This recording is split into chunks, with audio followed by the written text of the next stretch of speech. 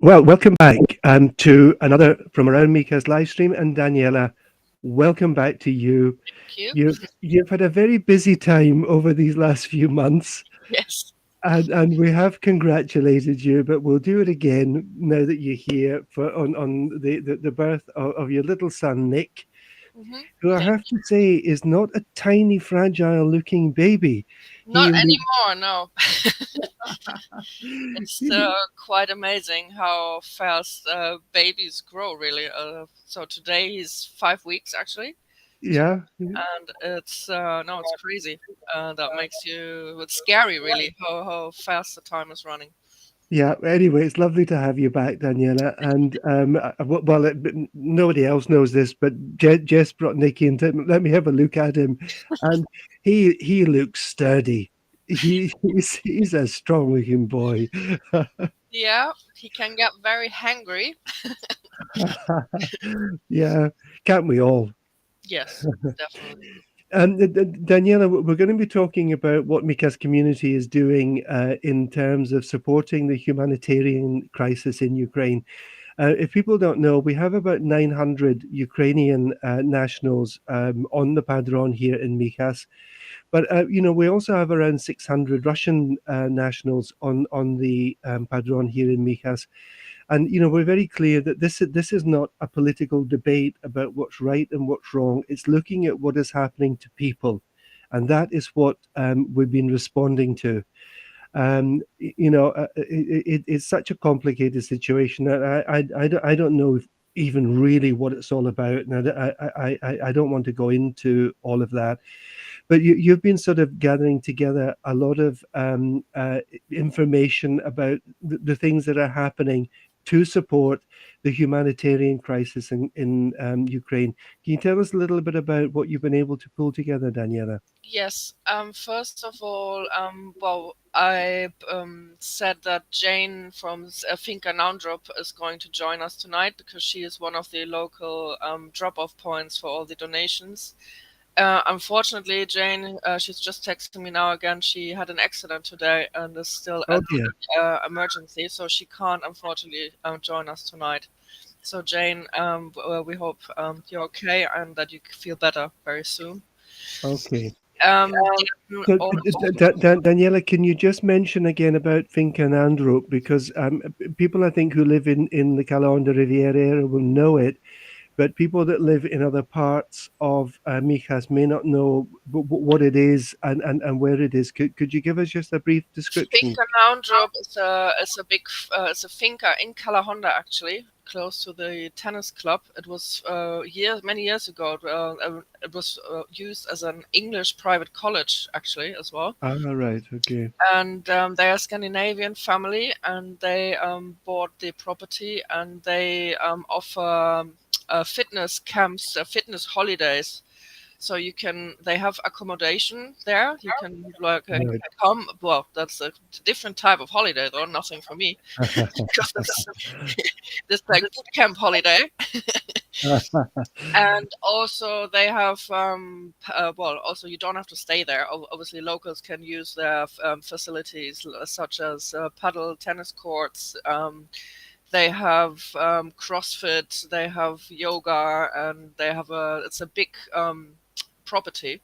Yeah. So when all this kicked off with Ukraine, and well, knowing from the past how helpful our community always is, because every time I ask for help, like if it's for a cat that got hit by a car, when COVID was so bad, and there were families in need, and we helped them to support them a bit with Right. shopping and all that. Sure. So everybody was so helpful always. So yeah, and of course these last well couple of weeks with the news that you can't even like watch the news anymore without having a tissue next to you, because it's all, yeah, it's really sad what these people are going through. Sure. So of course you could see on social media that people were already thinking on asking, okay, how can we help, what can we do? So everyone then started, also all the local town halls started to to collect donations for Ukraine. And so did we here in Kalahonda, for example. That's I asked on Facebook which business could be a local drop-off point, and the response was overwhelming. Like nearly every business offered to help, but then we decided, okay, we have to make it as easy as possible for the people that collect the donations, and then Sure. obviously you can't expect them, because their time is very limited, and we can't expect them to stop it every second business. So we decided then to go with Finca now and Drop, because they you can park with a big van there on the property. Sure. They have huge storage facilities, what maybe a bar or something doesn't have. So that's because I didn't want to upset any others that offered their help, but that was just the logic, and to do it like that. Yeah. And Sure. so then I was speaking to a few Ukrainians, because there's an Ukrainian association and also an Ukrainian church, and they started the appeal for the donations. So I was on the phone Right. with a few, and then we were trying to figure out, okay, what's needed, and how is it organized, how can we help, and so that's when, if you would like to show that flyer, maybe, then I I can. will indeed. I can do these things. Yeah, you are one of the few men with multitasking skills. Oh, you have no idea. Right. Okay. So this is the flyer. Hmm. And would you like to talk us through it, Yes. So because Daniela? there are by now there are many drop-off points as well. For example, the Mijas Town Hall does it as well, and in Las Lagunas, where the vaccination center was. So, All right. but we wanted to have like a local one here, and also an easy one for people to park. So of Sure. course, like La Cala Center, if you want to drop off two boxes or in removal box size, and you don't get parking there, so that's why we thought Finca Noun Drop is the best, because then you can Yeah. park So right in front of it. we've got the address here. If anybody is not sure about it, they can just put this address into Google Maps and it'll take them there. It's really not that Yeah, hard just to by the find. name, that you can find them on Google Maps, and they are just right to the Club del Sol Tennis Club, so it's Yeah. the same exit. Okay. So, and then I also spoke to the people, to the volunteers. Okay, how do we do it, and what's the easiest way for you guys how to arrange it? And the first thing, for example, is that everything should be packed in boxes and not in Right. plastic bags, because then of course they can store it easier in the vans, and the transportation is easier, and you Sure. have more like an overview, and you can then give the boxes. Well, it's easier than plastic bags that break, or you can't. It's all plastic bags are a bit, well, let's say messy. Um, Yeah. If you get 100 people bringing bags of stuff, as you say, it then would need to be actually put into boxes in order to stack it and get the sort of maximum amount of stuff packed into the lorries, wouldn't it? yeah, and then the second thing, what they said is to make it easier also for them to label the boxes, which means what are the contents. So Right. that in English, obviously, would make sense, because that's international, everyone will understand it, because then of course, okay, what do we have here, like what I'm doing now, the for example the baby clothes, and then you label baby clothes, food, it's medical supplies, so that they know, okay, where is what needed, and it saves Yeah. them of course a lot of time, I mean days or weeks maybe, because you must think that not only we are doing it, they're like all the surrounding countries, they are all sending um, their donations as well, so it's Sure. Yeah. Yeah. then it can be split better.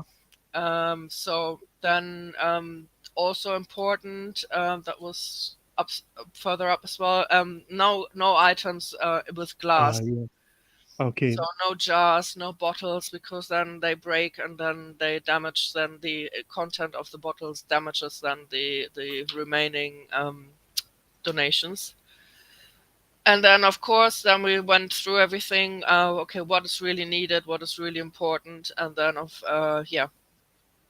course, all kind of medical items, creams, tablets, what else, bandages, everything, gloves, surgical gloves, absolutely everything, and all the local. Right. Some local chemists also. They, if you go to your chemist and you ask them and say, okay, I want, let's say, 15 euros.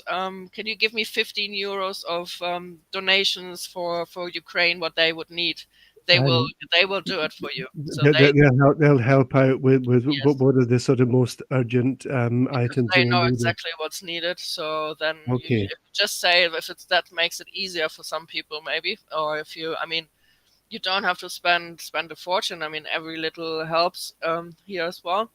So Yeah. even if you say, can you give me for 10 euros just a few, well, creams and that? I mean, medical supplies are very, very cheap here in Spain anyway, so you get quite a bit for it as well. Sure. Yeah. Then, of course, what is needed, well, in the refugee centers, or you need, well, food, obviously. They don't all have cooking facilities, so or not yet. So they were Right. saying it would be easy, of course, if it's food that's already cooked, but it just has to be warmed up. So Right. we have here, you can buy albondigas, meatballs, and sauce in cans, tinned fish, and all protein bars, cookies, dried fruits, nuts, Right. coffee, obviously not coffee for a coffee machine because they don't have a coffee machine, but the Right. instant coffee, infusions, yeah, everything you can think of. What can be eaten without making it too complicated to cook it. Also, of course, you can also buy pasta, um, lentils and all that, but then please Yeah. write down on on the boxes what it is, so that they can then send, for example, the food that has to be cooked to the places where they have cooking facilities, Right. and the other type of food which just has to be warmed up and is already ready-made food, Yeah. that's labeled. Then that it makes it so helpful, and it will will make it so much easier. So the foodstuffs that is basically prepared, we're really talking about things that are put into tins, aren't we? Yeah, So that's yeah, the as you easiest. Well, say, maybe. you can buy the Tetra packs with soups, for example. Okay. I mean, I Yes. don't buy Yeah. much ready made food, but there must be more options for single men, for example, what they can buy. Yeah. Yeah. Yeah. But everything that can be warmed up easily, and yeah, well, just to, and of course it's freezing cold there. That's also something we shouldn't forget. So Sure. Yeah. So soups and, so, as you say, things like maybe albondigas or beans or anything yeah, that's kind of exactly, nutritious that is easy to transport and is not going to go off. exactly. Excellent. Yeah. Then, of course, also for food for babies or little children, or baby milk powder is of course needed as well, because yeah, Yeah. well, these people that had to leave their houses, and well, they, if they were lucky, they could take one big bag with them, but obviously Yeah. hardly anything, or some have lost everything. I mean, there were Right. photos of a little boy crossing the border just with a plastic bag, and it just, yeah, it's just, you still can't believe that it's happening, and that it's happening so close by. Sure. Then also for diapers for children and for adults, wet wipes are always helpful, or yeah, all kind of disinfection sprays or wipes are good as well. Sure. Yeah. because I'm sure some people are living in conditions that are not exactly hygienic. So Yeah. I guess any of these products that are going to help with that have to Yes. be very useful. Yeah. And then, of course, clothes. But we said we marked it with an exclamation mark because, well, they obviously don't need, yeah, donations of thin Yeah. T-shirts or anything. I mean, it's really, really cold, and so they need winter clothes, warm clothes that keep the stuff that keeps them warm, like socks, ski underwear, gloves, hats. I mean, so many people moved here also might find that they still have stored so many of their old clothes from the northern countries, and they're Right. maybe they know that, oh God, I haven't used this stuff for 5 years now, so maybe I can give it away. So Sure. that will Sure. help these people a lot. And then, of course, stuff like torches, sleeping bags, blankets, pillows, because yeah, well, they have absolutely nothing, and the rescue refugee centers. I mean, they're just going to be, well, they're just building up, but there's Yeah. more and more the amount of people every day. It's getting more and more, so it's yeah. So they But really need everyone's help. I think this is the thing, though, Daniela, that this all happened really very suddenly, and people who made the decision to get out of either their city or get out of the country really could only take what they could carry or what they could wear. Yes. So the really, I guess, the vast majority who have made this journey out of the country have just taken what they could carry in a bag or in a small case or something. And so, yeah, any of these clothes that are good for a cold climate, um, and as you say, shoes, socks, any kind of thermals, hats, scarves, I've are even going to be seen, really well, we go appreciated. through it, but have a few examples, what other people or companies, how they support them as well, because it's really overwhelming. Yeah, But yes, definitely, like, because there was also some charity shops that they donated, for example, our charity shop in Alorin, they right, donated all their winter clothes and blankets and everything also to Ukraine, instead right. of having or selling the items for their own charity. So they even the charity helps the other charities, and Yeah, sure, sure. it's amazing, really. And So and you've got some more suggestions here as well. Which are I think we don't need to explain the why, do we? Torches, sleeping bags, blankets. Um, towels, batteries, power banks for the people that they can charge their phones, that they can keep in touch with their families, of course.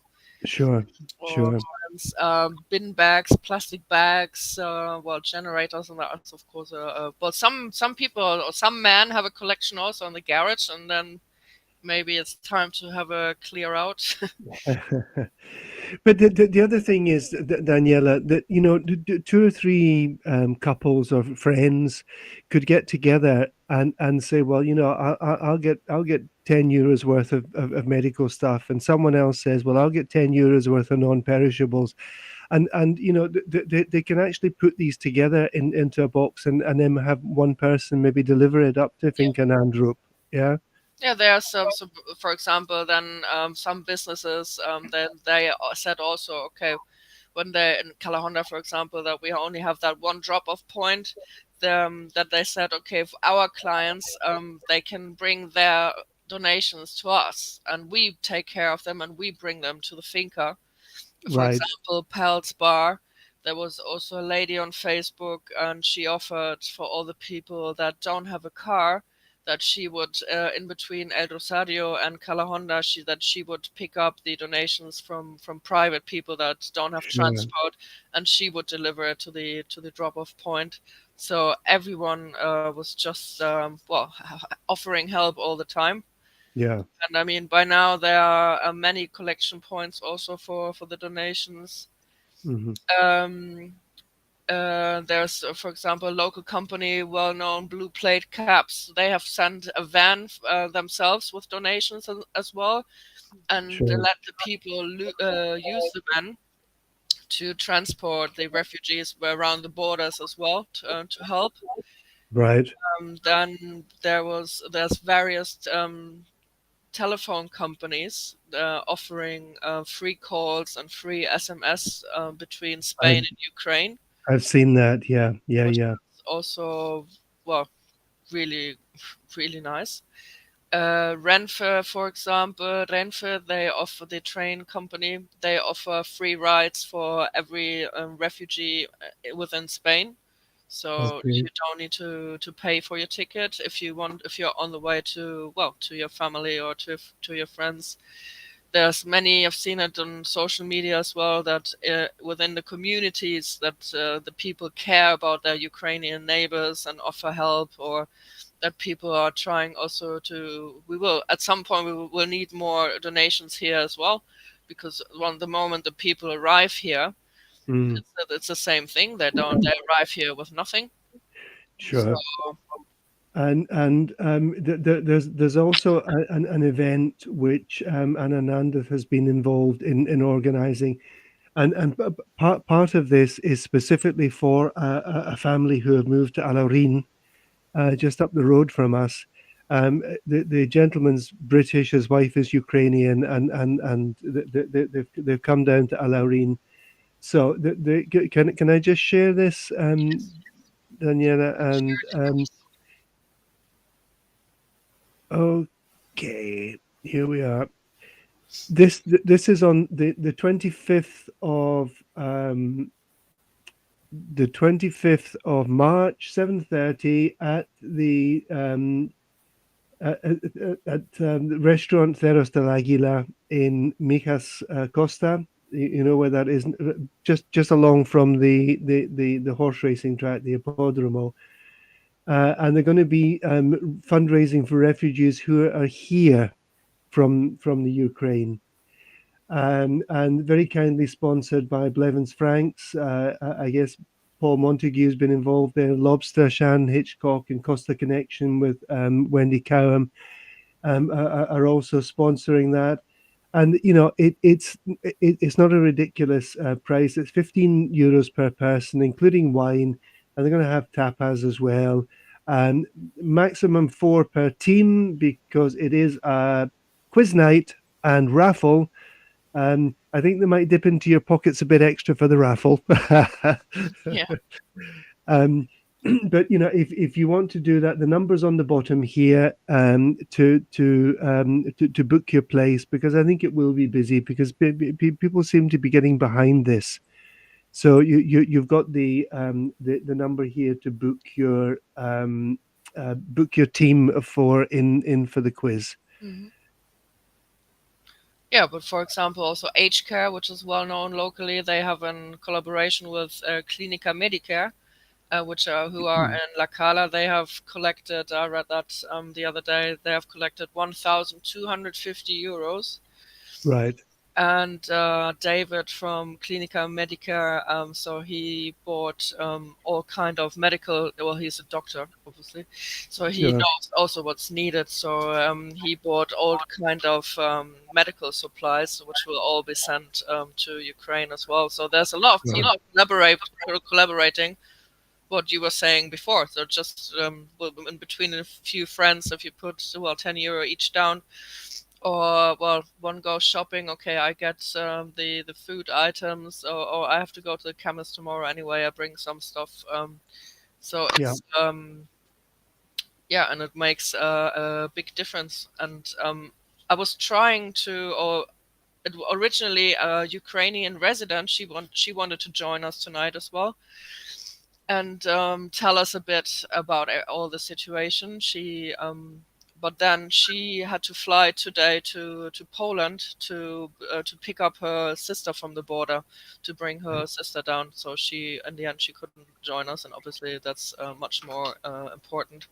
Of course. So Yes. she was saying that she has lived here 20 years, and also that we have to, that all the Ukrainian people, they are so overwhelmed with the support they get from the world, or that Sure. they also, they, because I asked her, like, do they know or do they realize how, like, private families or people are making such an effort to help. And she said, yes, they definitely do, and they're so grateful for everything that people how people try to help them, and that the whole situation is, of course, really, really difficult. I mean, I spoke to a few Ukrainians, but and I would have liked to have one in the show today, but it's these people, they're so upset, they're like in 24-hour worry. um, Yeah, they can't sleep at night. So it's also, imagine, you have a normal life here, you have your job, but you're like awake all the time because you can't sleep because you're in constant worry about your family and friends back home. sure. You're constantly checking your phone if everyone is okay. The lady yesterday, she was saying that she's trying to force her mother to leave the country, her elderly mother, and that she was saying that many elderly people, they refuse to leave the country, they want to stay there. Yeah, That so many men that don't have any war experience or anything, that they are not even forced really to stay there and to fight for their country, that it's their own decision, they want to. And sure, sure. so Yeah, and it's a very complicated situation in Ukraine as well, because we were with a week or so ago with some Russian friends, but they have family in Ukraine who are, very much Ukrainian. And this relationship for the last 40 or 50 years between Russia and Ukraine means it's not Ukrainians versus Russians. Yeah, you got the Russian army and you've got Ukrainian people, but it's a very, in many ways, has been a very integrated society between people with Russian roots and people with Ukrainian roots. And as I say, a Russian friend, was saying that she's concerned about family that she has who are Ukrainian. So I think it's important to say a lot of people are suffering. It isn't just Russia against Ukraine here; it's about people. yes, And all of us now have family that come from different places. You know, your partner isn't German like you are, Daniela. My son is married to a Japanese girl, and this kind of mixture of nationalities. I think what we are seeing more and more now. So I think we do want to just acknowledge that a lot of people are suffering through all of this. yes. And that's something what I just said, that that you, if you are a resident here, I mean, it's the same for the Russians. If you have a Russian family at the moment fighting in the war, I bet you're not sleeping at night either, because Sure, it's the same. You sure. check your phone all the time, so it's really, really hard for these people. I mean, I can't imagine how I would cope to live my normal life here under these circumstances, and to get up every morning and to go to my job. I mean, it's really, really tough. Yeah, yeah. Okay, Daniela, it's lovely to have you back. We don't actually Thank get you. to see each other all that often because our lives are so sort of busy in our own domains. But it's lovely to see you face to face. Great to Thank have you you. back. Thank you for pulling all this information together for us, Daniela. And well, people can contact me. They know how to contact me and to contact yourself via Facebook in particular. If you need any further information, but I put the Finca website up there, and you'll get either from Google Maps or from the website, you'll get all the information about that.